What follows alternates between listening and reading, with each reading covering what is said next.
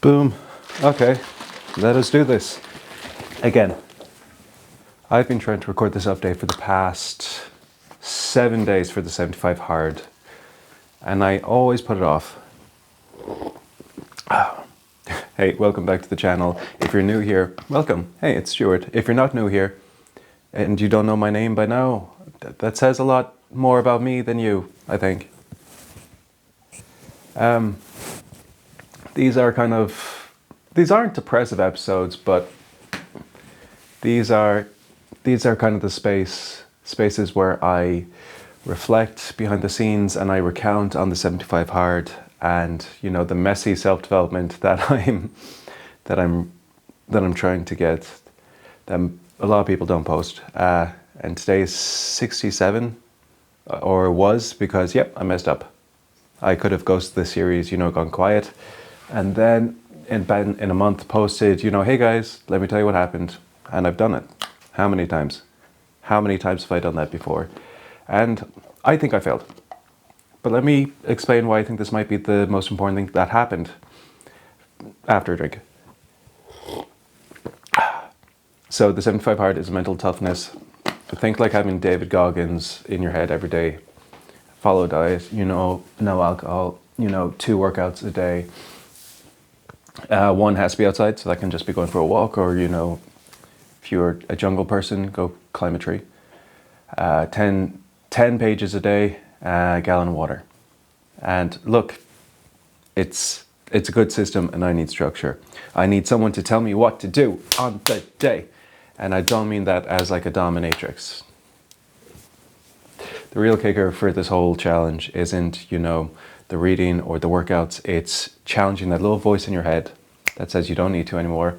Don't bother anymore. You're not good enough, or you've done enough. You can stop now. Because that voice, when it creeps in, when you're tired, when you're burnt out, or in my case, when I went on my first holiday in 7 years. Yeah, 7 years. A technical holiday.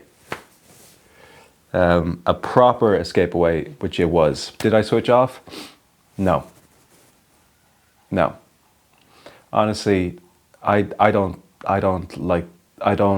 mind that until I got away, because I brought everything with me. I brought my camera, my mics, my laptop. I basically turned the Airbnb into a startup studio. Like I was going to rest, reset, and vlog every single moment. But I've come to understand a holiday doesn't have to feel like an escape to me, especially when it's something that I'm very passionate about doing. I don't need to just completely switch off, and I don't want to. For me, I'm living this life that I want to bring everywhere. Now, that doesn't mean document everywhere, but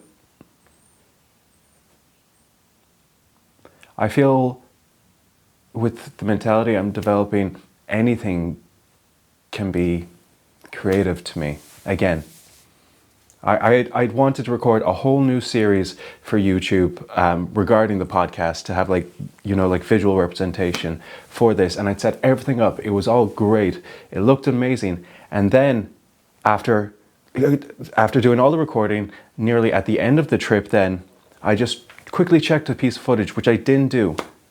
No audio. I never pressed record.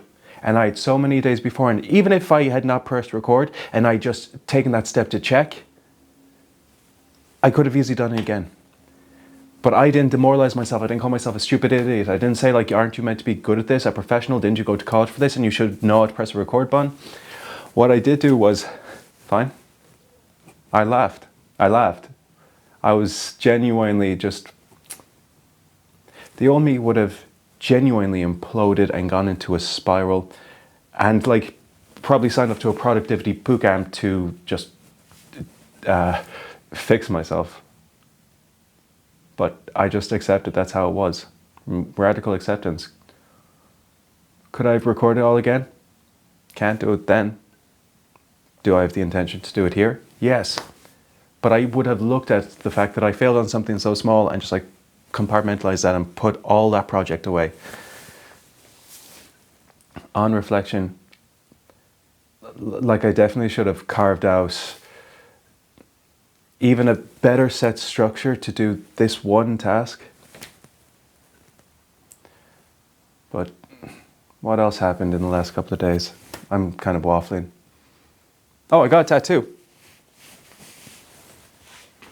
Something that I've come to really accept and appreciate over the last year is really letting go. Letting people go, that they can have their own thoughts about me, people who can live their own life, and letting me live my own. Thank you, Mel Robbins, and thank you to Bullman's Tattoo Parlour here in Limerick who did this for me.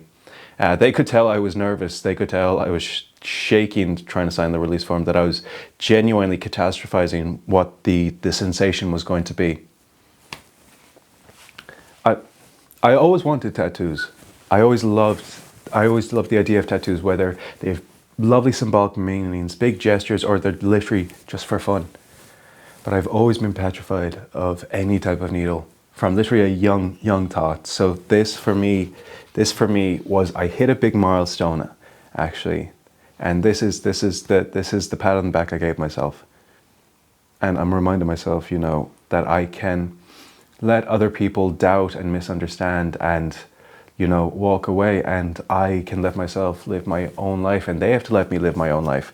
They have to let me, fail and grow and succeed in my own way and learn what I need in order to be happy and self-accepting. And I know I say this quite a lot and I wax on so much about it, but yeah, that's it. And I'm just very grateful of right now. That's a big thing that I can say I am grateful of right now. And I've finally come to understand is that I don't need to convince other people to believe in me, so long as I believe in myself. And I know I say that multiple times, and I say that to you, like, you can't have other people being your form of validation. It needs to come up from in here. The tattoo for me is a line in the sand with myself saying, I'm not going to owe my healing to anyone else. And I can leave my past behind me.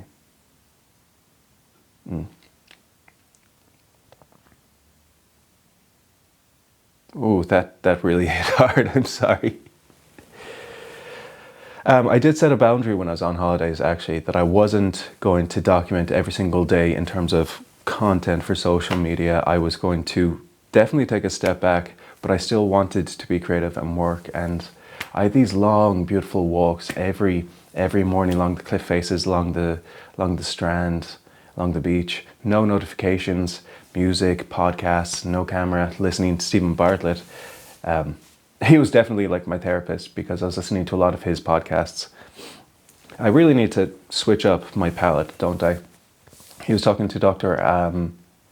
Ranjan Chatterjee. If I said that wrong, I apologize. But they were talking about how stress can be the new chronic illness, and recovery isn't laziness, even if it seems like a form of it. But it's essential that we decompress. Does that make sense? I hope that does. I don't think it does. Or like, I always listen to the one with Mo Gadot, where happiness is a decision. And I was listening to it standing on a cliff. And I was like, yeah, happiness is a decision. Also is me just like, woohoo, just like, do, off. I chose to enjoy the view. And I've realized that I've been outsourcing happiness to progress for so long that choosing it now, it feels like a new sensation. And Mel Robbins, no. The confidence is built through action. 5, 4, 3, 2, 1. How many years have I been lashing that into myself and I still forget it? Those walks were amazing first thing in the morning. It wasn't like there was a set schedule, even though I'd taken myself away to still be in a working mindset. What else happened? I've had some really bad news about my health. Nothing life-threatening, but it's just one of those things where, like you sit back and go, this is what it is now. And the old me would have definitely spiraled, definitely been self-destructive, because they would have leaned into this emotional state. and me thinking I'm not strong enough, healthy enough, capable enough. And the doctor even said to me today, he said, you don't need to be scared, but we do need to take action. And I literally turned to him, I said, I'm not scared. I'm accepting it. I'm holding myself accountable.